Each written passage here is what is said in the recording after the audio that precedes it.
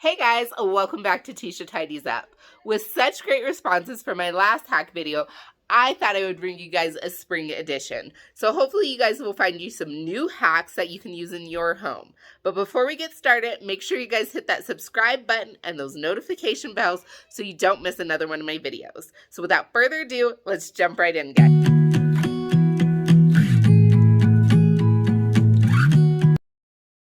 So the first hack that I'm going to be doing is laundry stripping, and I'm going to be stripping my shower curtains. So the first thing you want to do is get your bathtub full of hot water, and then I'm going to be using OxiClean and my laundry detergent. I know a lot of people use borax and Tide together, but I have been using this for a long time and it works really great for me, as you will see the results here in a little bit.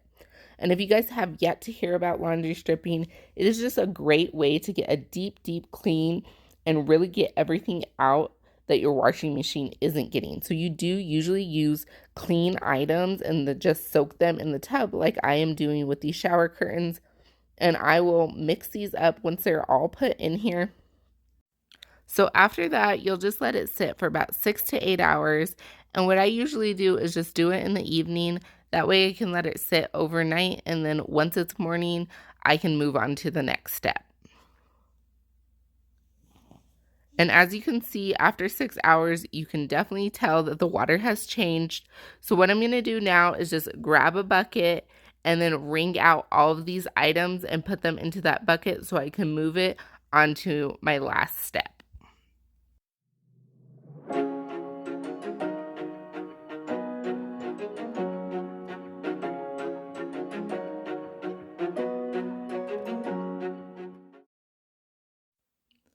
Now that everything's out of there, I just wanted to show you what the water looked like after. And even though these were cleaned, and I usually cleaned my shower curtains after I changed them out, there was definitely a lot of gunk still put in there. So the last step is just putting it into the washer and just running it as a normal cycle and drying it, and you're good to go.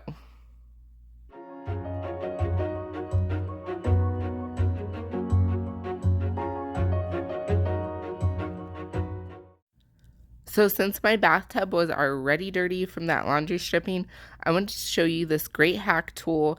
As you can see, this tub was disgusting, and I hate bending over the bathtubs and really scrubbing in there. So what I use is the Scotch-Brite bathroom scrubber, which is amazing. It has an extend bar and you can just adjust it to where you need it to. And I'm just spraying down my tub real quick, and then after that's done, I am going to scrub it real quick, run some hot water, and it only took me a second. I didn't have to get on my hands and knees and scrub.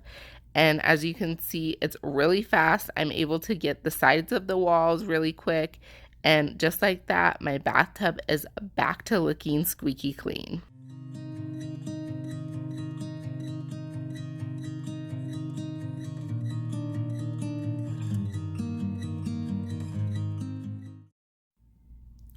Lint rollers, guys, they're not just for cleaning fuzz off your clothes. Here is a quick hack. Now that it's springtime, windows are going to start getting open to get that fresh air in, and you do not want to be staring at nasty looking screens. So just grab a lint roller real quick, and as you can see, you just lightly roll it across your screen. There's no damage done, and within a few seconds, you have cleaned your screen. And look at that. As you can see in the after picture, I picked up so much dirt, and now your windows are so clean and ready to get that fresh air in.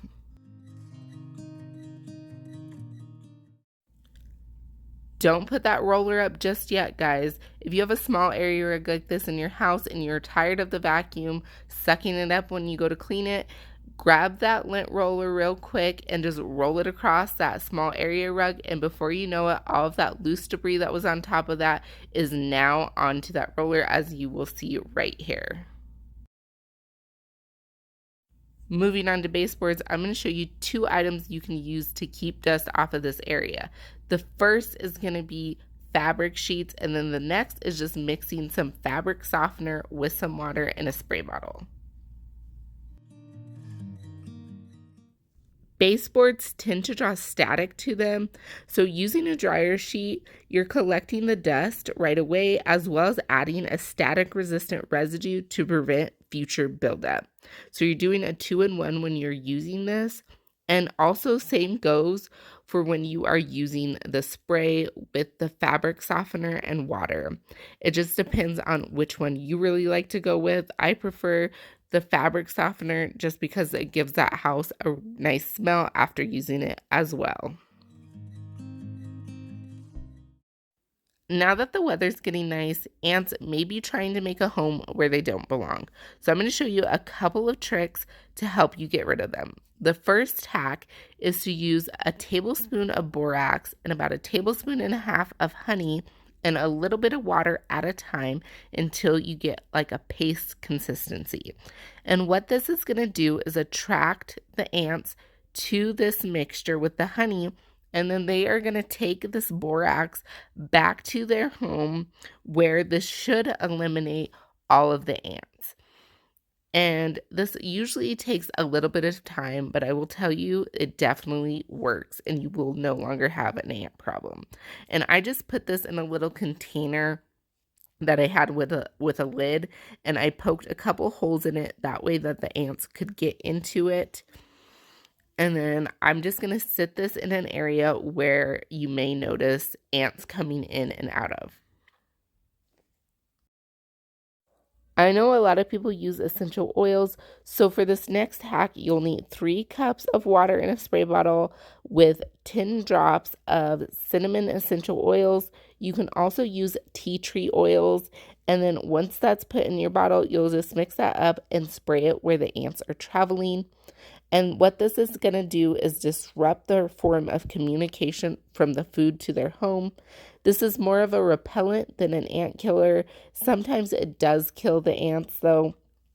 But like I said, what this will do is just disrupt their form of communication and they can no longer find their source of food from their home.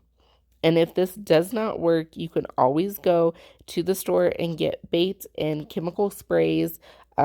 This bait station does have borax, just like the mixture that I made in the beginning. It just has a little bit more chemicals, and they do work about the same. Like I said, these other ways that I showed you are just more of a natural way to go about it. I have been seeing the pink stuff everywhere and I've been dying to try it. So I thought, why not try it on top of my toaster where it's starting to get burnt on top? I have seen multiple videos on how it just wipes it off. So definitely stay towards the end of this hack to see my reaction and see how well this really does work. So all you're going to do is just grab some of the pink stuff on a sponge and I just wiped it on all of the areas that I wanted to clean off on here. And then after I get this all wiped up, I'm going to let it sit for about 2 minutes before I come back and wipe it off.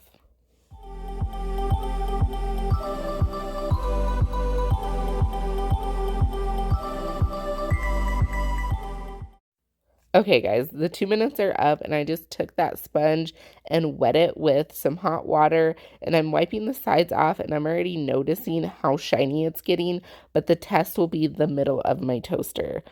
And as I started wiping that off, you guys will see right here, it is so easy to get that burnt on grime, whatever that stuff is up there. It came off so easy. I can't wait to try this pink stuff everywhere.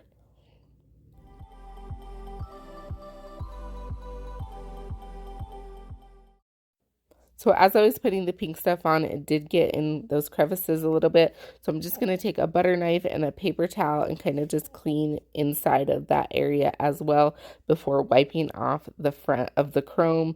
And as you will see here in a bit, it really just shines up everything as well as cleaning off all of that gucky stuff.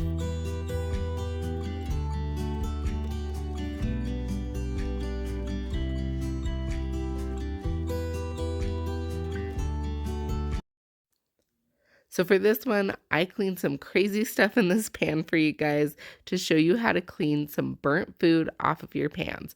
So the first thing you're going to do is fill your pan with water and bring it to a boil. And once that's done, you are going to get a dishwasher tablet and put that in your water.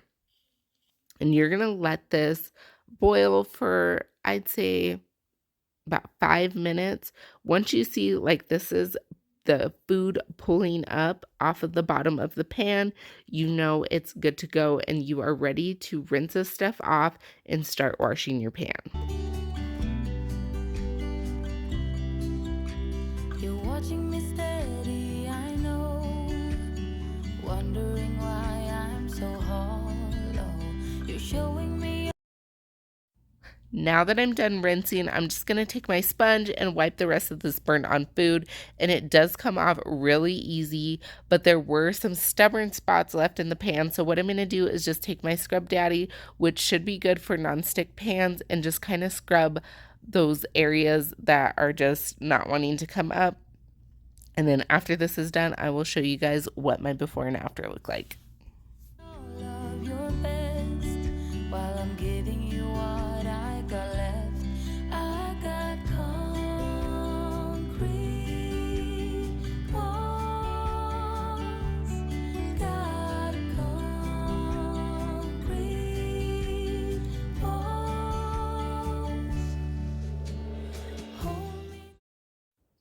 Now we're going to move on to the bottom of these pans, and I picked out 2 of the worst pans that I had in my cabinet just to see how well these 2 hacks really hold up.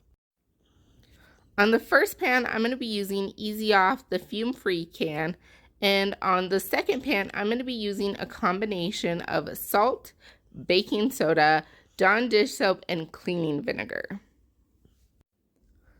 We're going to be starting with the homemade hack first. So all you're going to do is grab the salt and just spread that evenly on the bottom of your pan. And once you have that all spread out, you're going to grab your baking soda and just sprinkle that on top of the salt. And then you're going to grab your Dawn dish soap and just drizzle that. And then once that is on there, you're just going to grab a sponge and mix all 3 ingredients together, making sure that they're getting combined. And I'm just going to make sure it is spread all over the pan evenly on the sides, the bottom of the handle, and the bottom of the pan really good. And then once that's done, you're going to grab some paper towels and cover the bottom of the pan. And then you're going to want to grab your cleaning vinegar and just really drench these paper towels. You want to make sure they are saturated.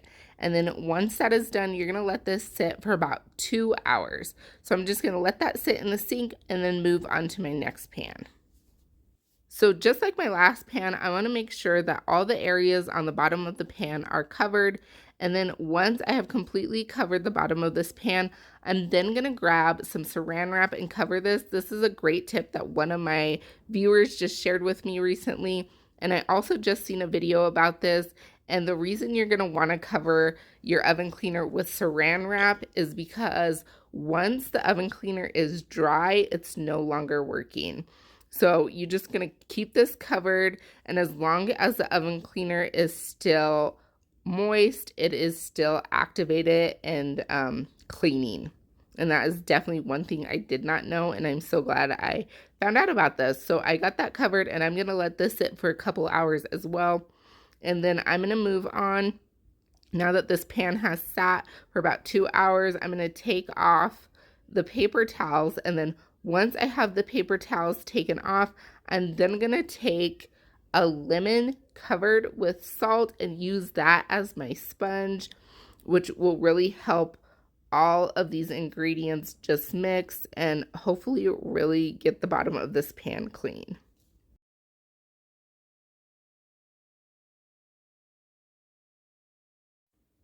So I'm just going to take my Scrub Daddy and clean the rest of what was left off of this pan.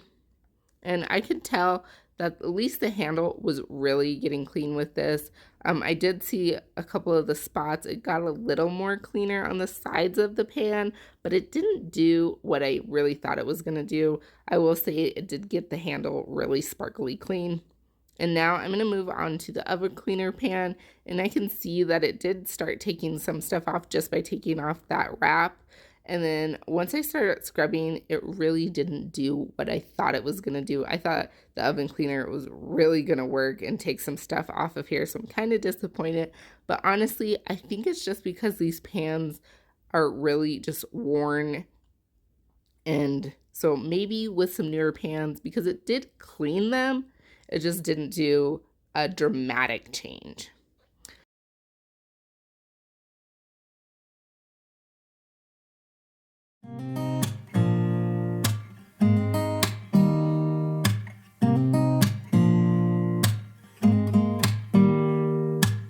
Don't need someone to say